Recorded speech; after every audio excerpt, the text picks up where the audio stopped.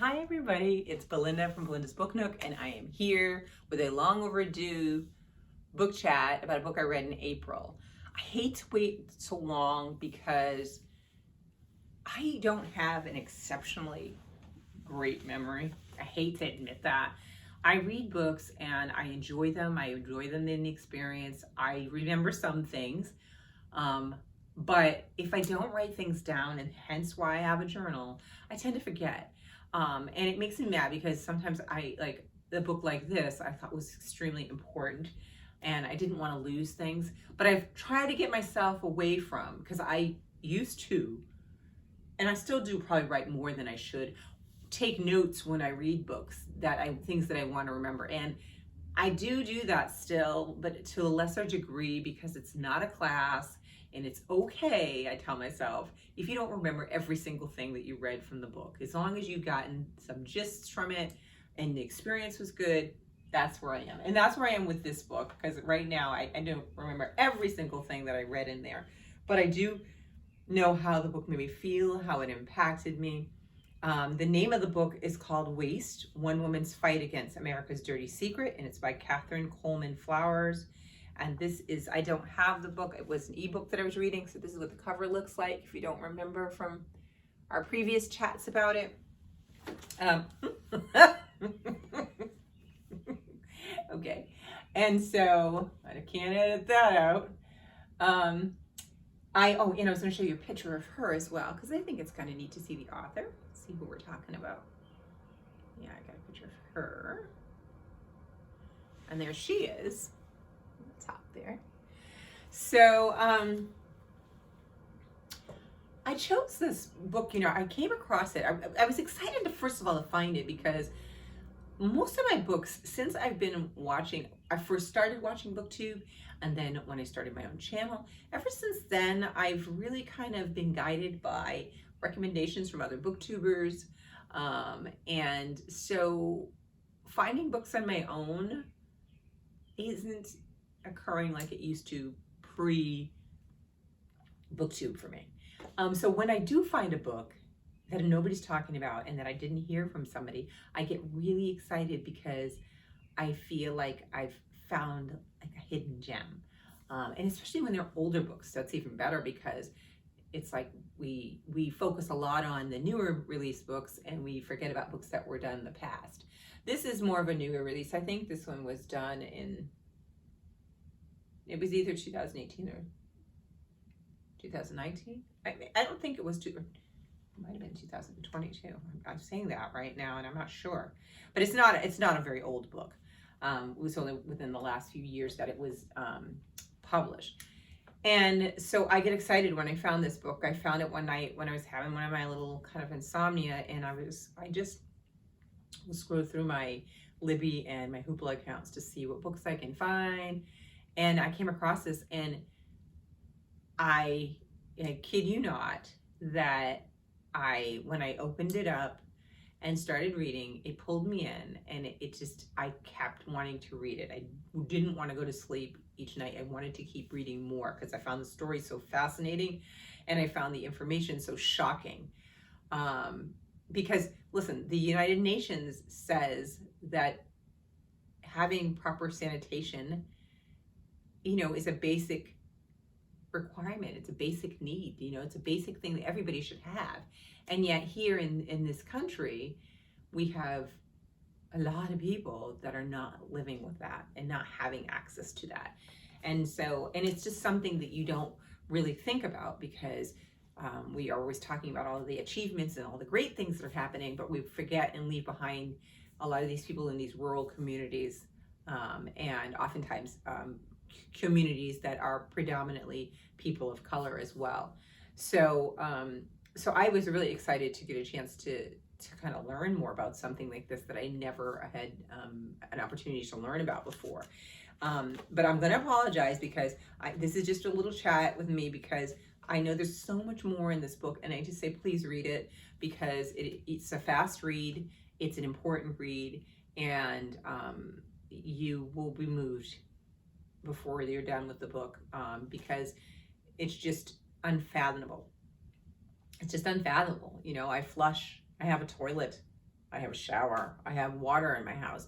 I don't have mold. I don't have the scent of feces in my house. I don't have those things that I read in this book that was just so deeply disturbing. I was excited in the very beginning of the book that the foreword was written by Bryan Stevenson. And for many of you will know who he is. And for those of you who don't know who he is the founder of the EJI, which is the Equal Justice Initiative. He is the author of Just Mercy. There was a movie called Just Mercy based off of that book. And he really has always tried to work to help people that have been wrongfully accused and that have been put in prison, and helps to find ways to help them come out. With his Equal Justice Initiative, he has branched it out into all these other areas, and has, since its formation, gotten a bunch of people to work along with him. So I was really excited because that book is one of the books I always recommend people to read.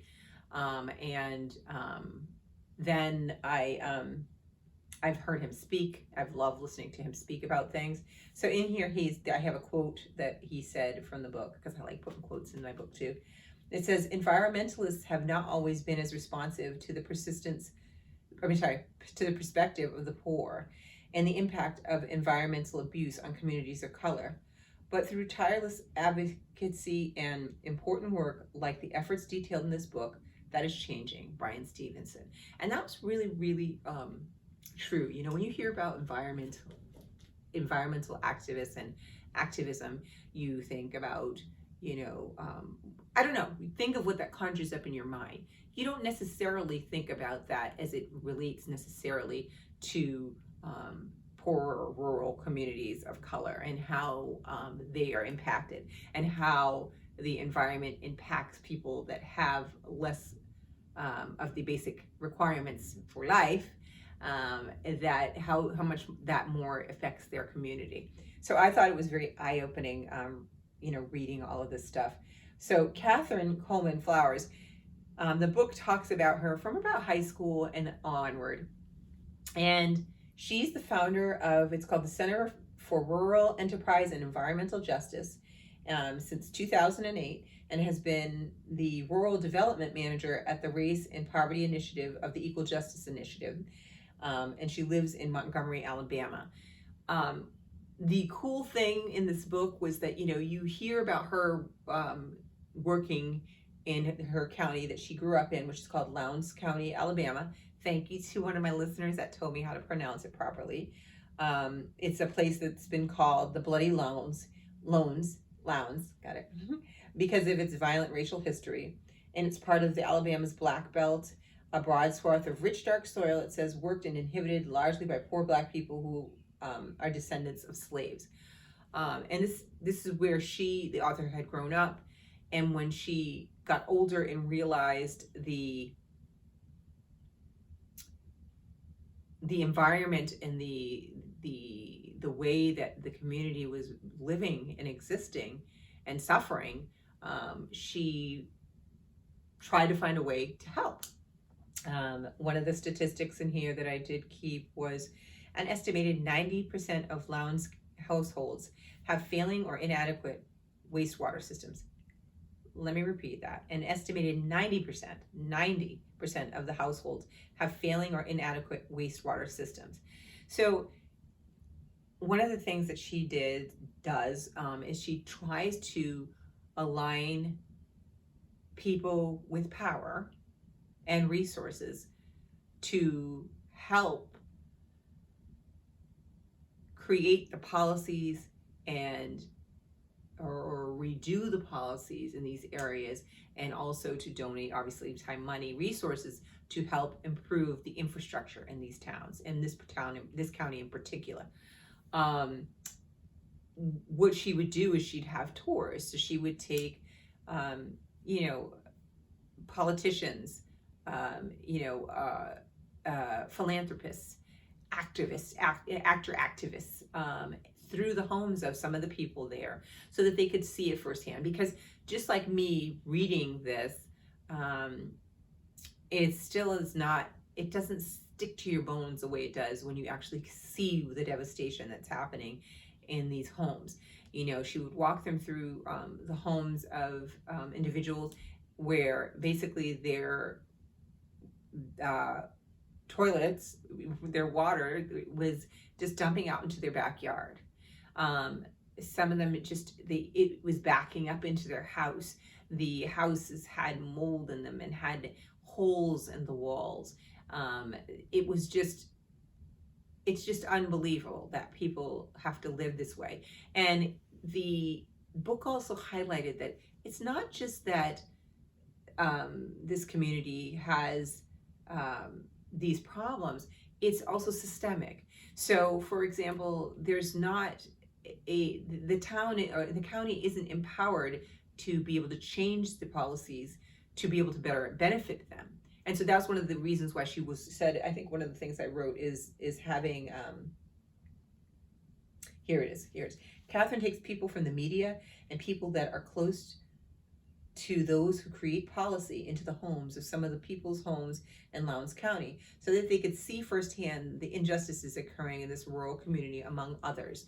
And by doing that, you can then have systems put in place to allow people to have change.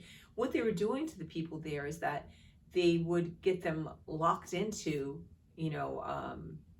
these homes, and they would say, well, if you can't get your system, working right, and you can't pay for us to have a system put in and have the proper tests go in, then you are going to go to jail or pay this exuberant fee. Now, these are low income families that don't have the money, just barely the money for themselves to eat. Some people were having to give up, their money for food or money for medicines to try to just exist. And one of the questions that people ask is, why don't they just move? Well, you can't. They gave some really great examples in there that people were in homes that they bought for a certain price, and after a while they realized the problems that kind of keep piling up, and they can't sell it.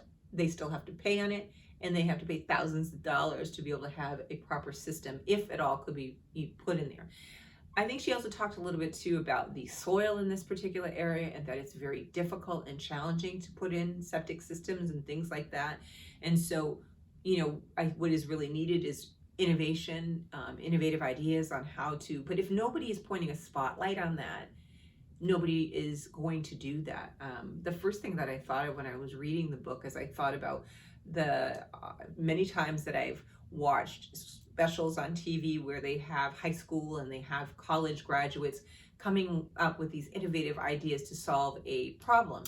And I thought this should be presented to some college students as a possible project, because I think out of that we will come up with more and more ideas on how to resolve the problems of the infrastructure that's laid out in this community.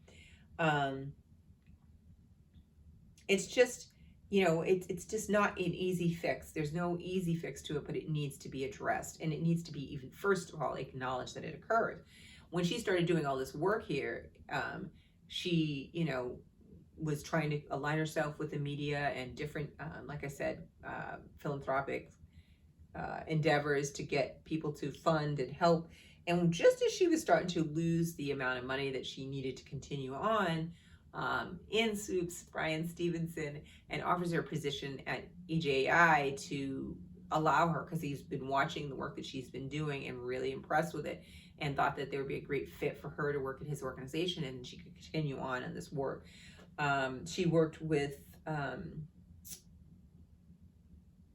Senator Cory Booker was a person, just name dropping, Jane Fonda.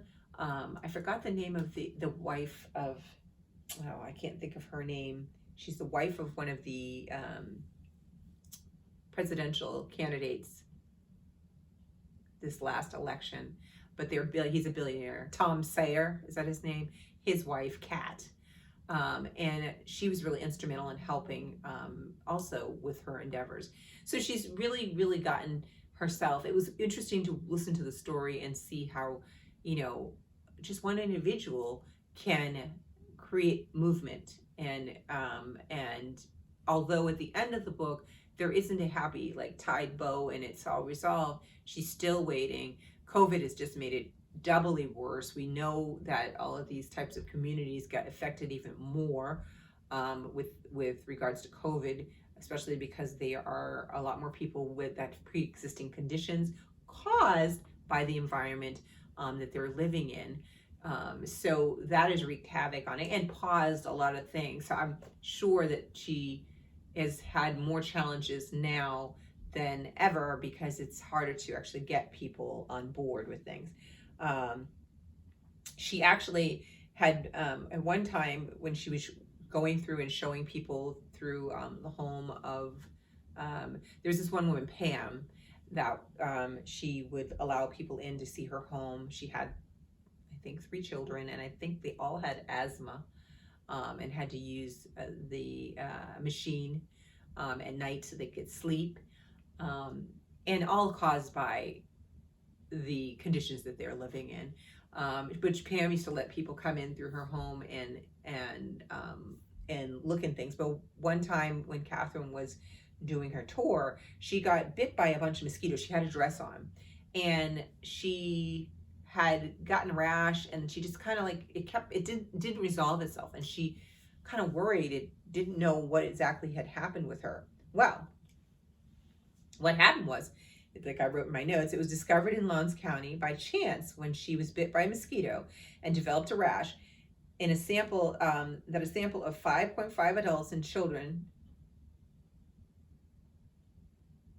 and 34.5, I think I'm missing a number, 44.5% tested positive for hookworm. And that's in 2017. And hookworm has, been gone for a long time.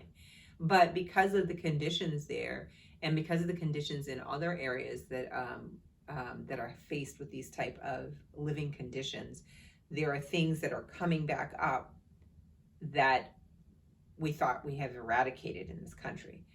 And it was interesting to watch in the book also the politics of, once this came out and she had this test done, people started to kind of like, lock down on it. No, that's not true, and try to discredit that, because then that poses another whole area of having to address it.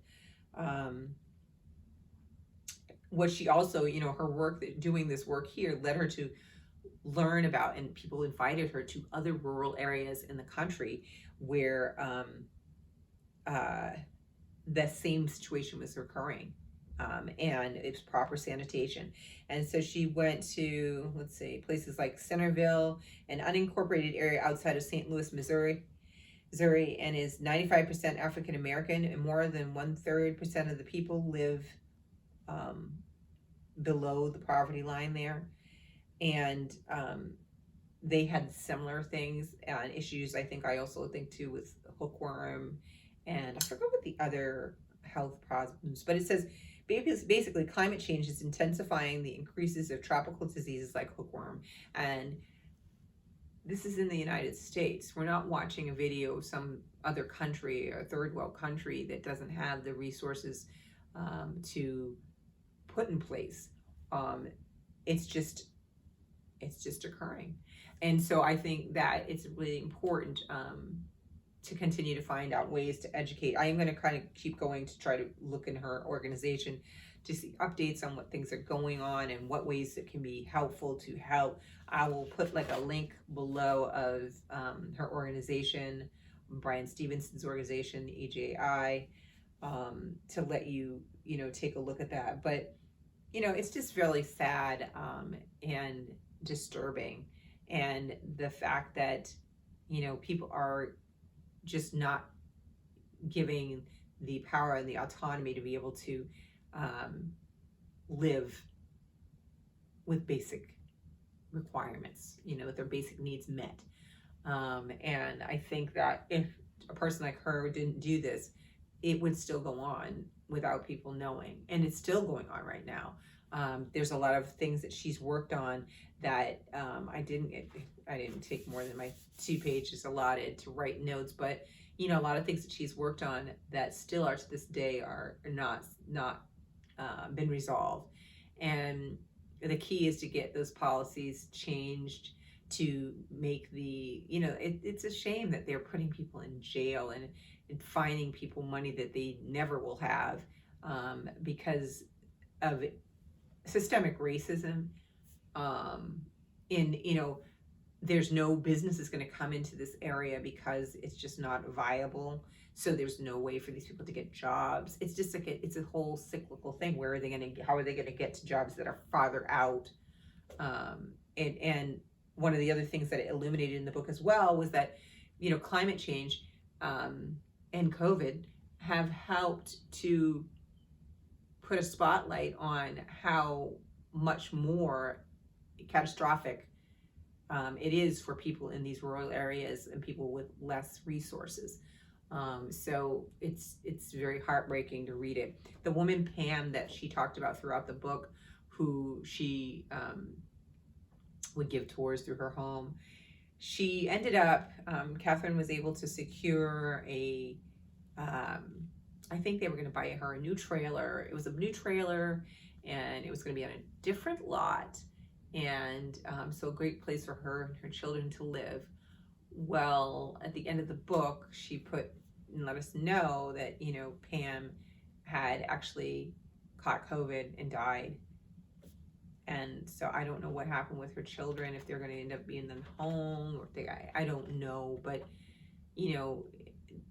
Pam was really important in this story because the people that opened up their homes and their lives to try to educate people so that people can helpfully go away from it and make change, were very brave and decent and great people. And the misconception also was that these people were in these rural areas are lazy and just looking for handouts, when it was contrary to the opposite, that they were all very hardworking people, and it was just the situation that they were in that was continued to bring them down. So that was really devastating and sad in the book, but it's just important. I think I just highly recommend it. It was definitely a 5-star read for me. It just opened me up to something else that's going on in this country that I just wasn't aware of. So definitely check it out if you can. I don't know how much time I took, but it's called Waste, One Woman's Fight Against America's Dirty Secret by Catherine Coleman Flowers. I'll leave links below, whatever I can think of underneath to let you know. One of the things, like I wrote at the end of my notes here, is my questions after reading it. I said, how can this be in 2021? How can something like this exist in this country of so much wealth, right? There's so much disparity, but there's so much wealth in this country. How can that happen? And how are people living in the U.S. without such basic requirements as proper waste removal? Why is this happening primarily in rural communities, and how can we help? So, questions, food for thought. Read the book. I know I sound down because it is a heavy topic, but it's important, and I'm really grateful for her taking the time to write the book in the midst of doing all of her work as well. She's one of my new heroes. Anyway, I will talk to you guys later. Read some books. Bye.